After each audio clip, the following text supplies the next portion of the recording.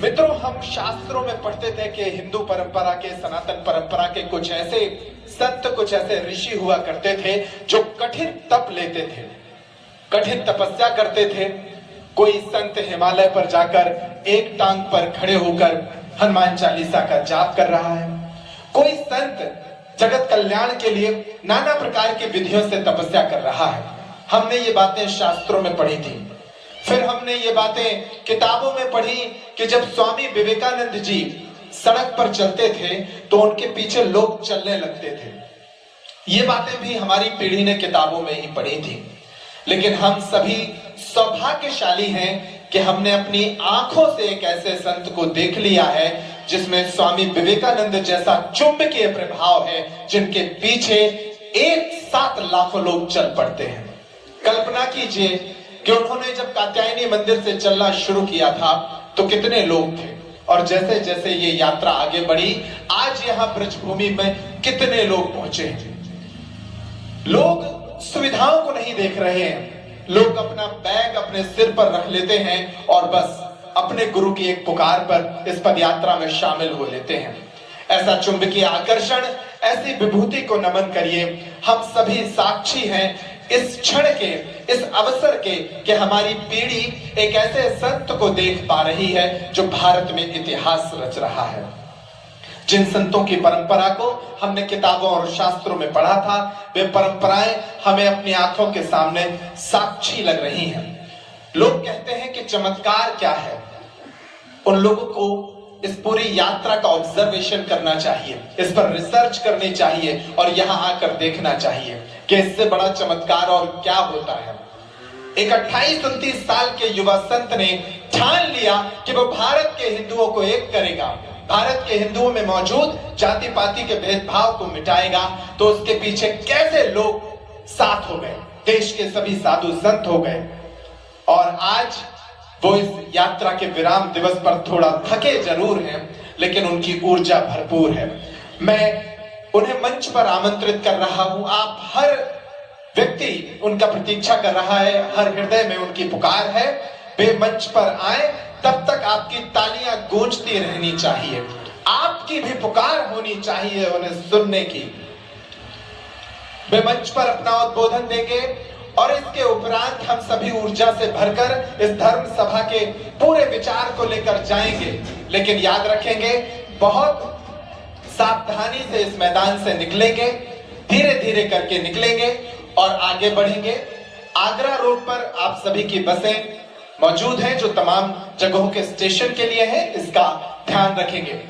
पूज्य महाराज श्री के उद्बोधन के लिए हम सभी लालायत हैं।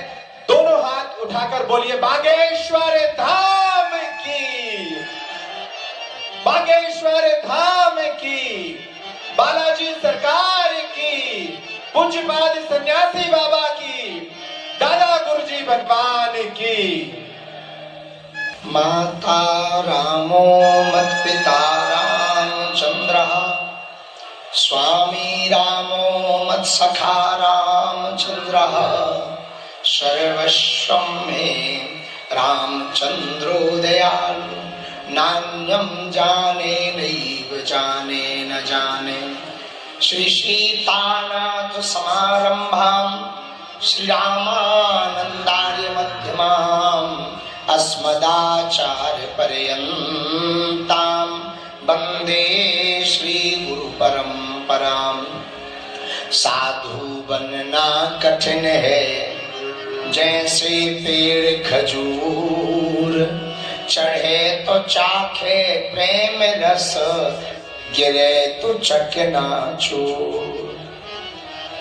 सीताराम भगवान की, श्री बागेश्वर बालाजी की, सन्यासी बाबा की, दादा गुरुजी की, पोलवंशी वारे की, ऊंची अटारी वारी की, श्री वृंदावन धाम की, सभी ब्रजवासियों की, सभी पदयात्रियों की, गुरु और चेला की, आज के मेला की, भारत हिंदू राष्ट्र की।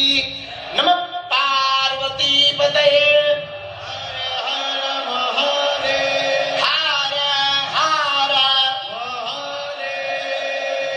मंच सभी तीर्थ पुरोहित पंडा यहाँ सन्मुख में भी बाएं तरफ में और दाएं तरफ में संतजन और सन्मुख में भी विराजमान है। हम आप सबको प्रणाम करते हैं। देश के प्राण, सरहद पर खड़ा जवान और खेत का खड़ा किसान, वो भी सामने हैं। पूरे ब्रजवासी हैं, सभी पदयात्री हैं और कुछ लोग यहाँ तन से हैं, कुछ लोग तन से तो बांके बिहारी के वहां दर्शन करने की लाइन में है, पर मन उनका यही है।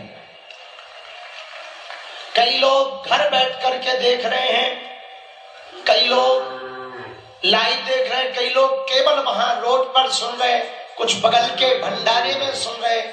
जो जहां जहां है, आप सबके हृदय में जो राम जी हैं, हम उनके चरणों को प्रणाम करते हैं। भैया 7 नवंबर वो तारीख थी जब 1966 में धर्म सम्राट स्वामी करपात्री जी महाराज गौ माता का आंदोलन लेकर दिल्ली गए थे और उन पर गोलियां चली थी। लेकिन 7 नवंबर 2025 वो तारीख थी जब प्रातः काल 10 बजे आद्य शक्ति कात्यायनी माता मंदिर शक्ति की नगरी से भक्ति की नगरी की पदयात्रा प्रारंभ हुई। माया की नगरी से माधव की नगरी तक की पदयात्रा प्रारंभ हुई और अभूतपूर्व बात यह कि उस पदयात्रा का प्रारंभ वाल्मीकि भगवान के पूजन के साथ हुआ और पदयात्रा बड़ी, कभी जवानों को समर्पित की, कभी देश के किसानों को समर्पित की, कभी सिखों के 9वें गुरु श्री तेग बहादुर जी एवं उनके परिवार ने जो हिंदुओं की रक्षा के लिए अपनी शहादत दी उनके लिए समर्पित हुई, कभी शहीदों के लिए दिवसीय यात्रा रही। हर वर्ग, हर पंथ, सब संत, सभी मतों वाले, क्या बालक क्या वृद्ध, जहां देखो दिल्ली, हरियाणा, उत्तर प्रदेश, सभी जगहों पर केवल और केवल पदयात्रा के साथ कदम से कदम सब मिला करके चल रहे थे।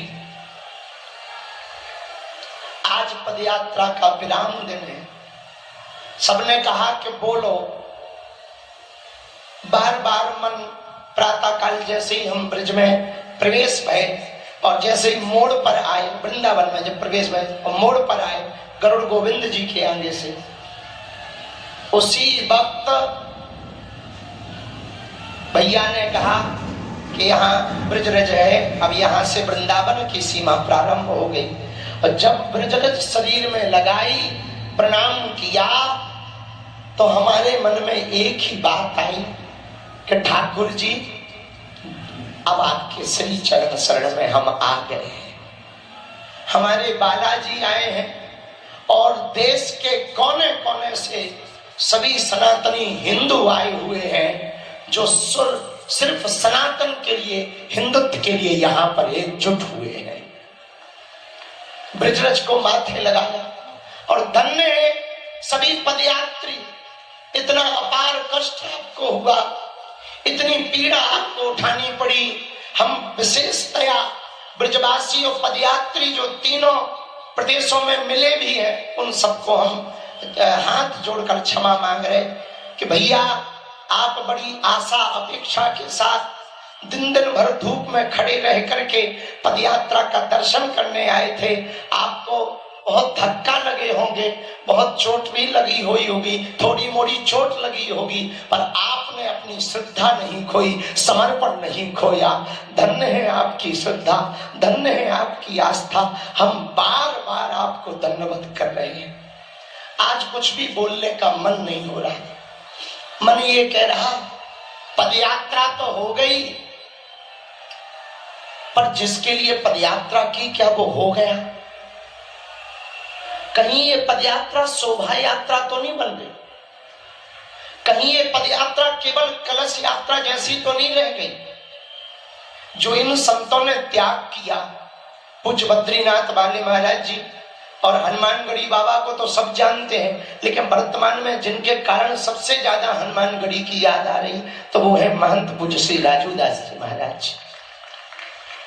इन सब संतों ने बड़ा कष्ट सहा, छोटे छोटे बालकों ने कष्ट सहा, धक्के खा गए फिर भी उठे। वृद्ध माताएं व्हील चेयर पर पदयात्री चले, कलश लेकर पदयात्री चले, केवल इसलिए चले कि हम यदि हिंदू एक हो जाएंगे तो भारत में दंगा नहीं गंगा बहेगी। और एक बात कहें, हम थके नहीं हैं, बस थोड़ा सा सोच रहे हैं कि अब ये तो हो गया, अब आगे क्या करना है उसकी तैयारी कर रहे हैं। न हम थके हैं न थकेंगे, न हम रुके हैं न रुकेंगे। पदयात्रा हमारा विचार और केवल संकल्प इतना था कि पदयात्रा होगी तो हिंदुओं की आने वाली पीढ़ियां बचेंगी, तुम्हारी संतति बचेगी, तुम्हारी संपत्ति बचेगी, तुम्हारे मठ बचेंगे, तुम्हारे मंदिर बचेंगे, तुम्हारी बेटियां बचेंगी और तुम्हारी रोटियां बचेंगी। हिंदू बच जाए, हिंदू एक हो जाए और हिंदुओं के न अंदर जो एक छुआछूत भेदभाव का दाग लगा है वो दाग मिट जाए, हिंदू अपना डर छोड़कर घर से बाहर निकल आए। केवल इसी के लिए पदयात्रा की। पदयात्रा के प्रारंभ में ही लोगों ने धमकाने का काम किया, लोगों ने विरोध किया, यहां तक कि अद्भुत आस्था आप सबकी देखें भैया। धन्य है आप लोग, धन्य है आपकी आस्था। बम विस्फोट हो गया, पूरे देश में हड़कंप दिल्ली के बम ब्लास्ट की हुई, पर धन्य है सनातन हिंदू, तुम बम का विस्फोट होने के बावजूद भी डरे नहीं, आगे बढ़े और चलते रहे। और आज हम सब वृंदावन पहुंच ही गए, आज ठाकुर जी की नगरी पहुंच ही गए। आज हम सबकी ये यात्रा विराम हो रही है तन की। अब आगे पदयात्रा करेंगे मन की और विचारों की। जब घर जाएंगे तो केवल ताली बजाकर सेल्फी खींचकर नहीं जाएंगे, घर जाएंगे तो 5 प्रण लेकर जाएंगे। कितने प्रण? जरा जोर से बोलो, कितने प्रण लेकर जाओगे? कौन कौन लेकर जाएगा? हाथ उठाओ। पक्का 5 प्रण लेकर के जाना है।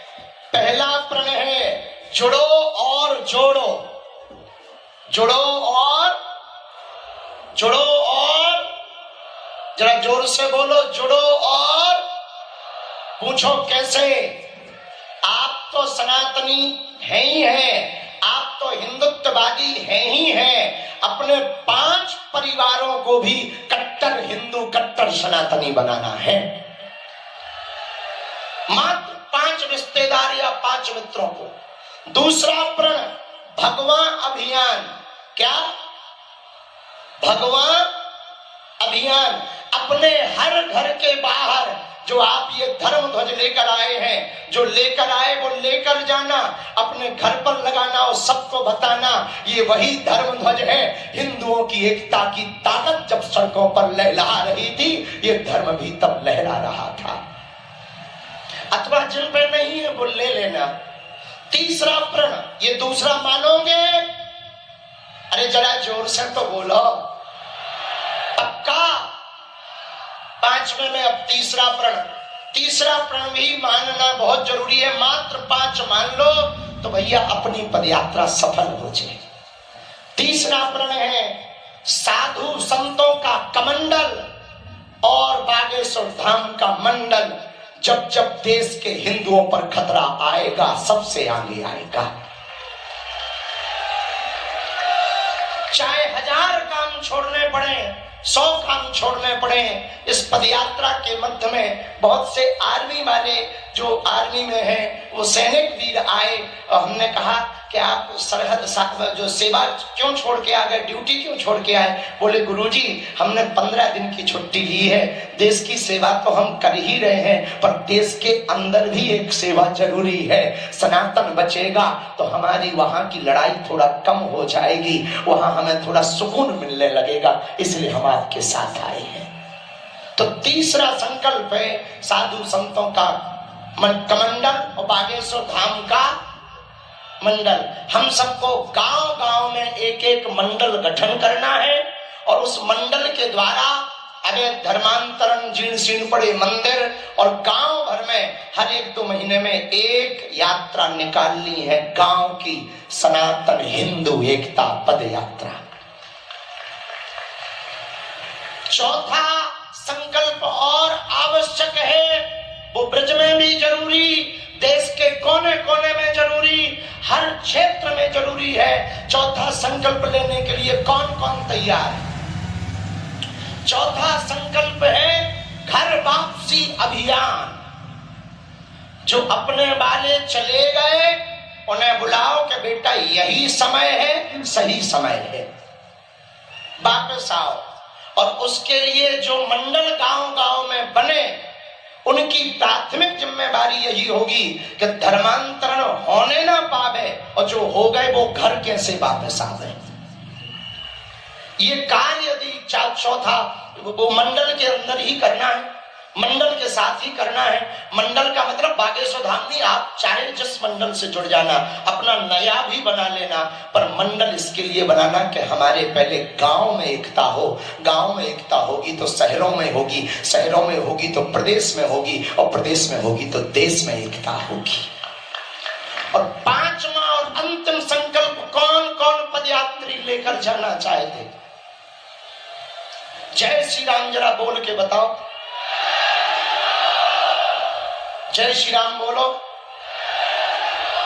भारत देश में जितने तीर्थ हैं, जिन पदयात्रियों के पास नजदीक में जो तीर्थ है, उस तीर्थ देवालय मंदिर के आसपास भारत में मांस मदिरा की दुकान नहीं होगी। जहां भगवान होगा वहां दुकान नहीं होगी।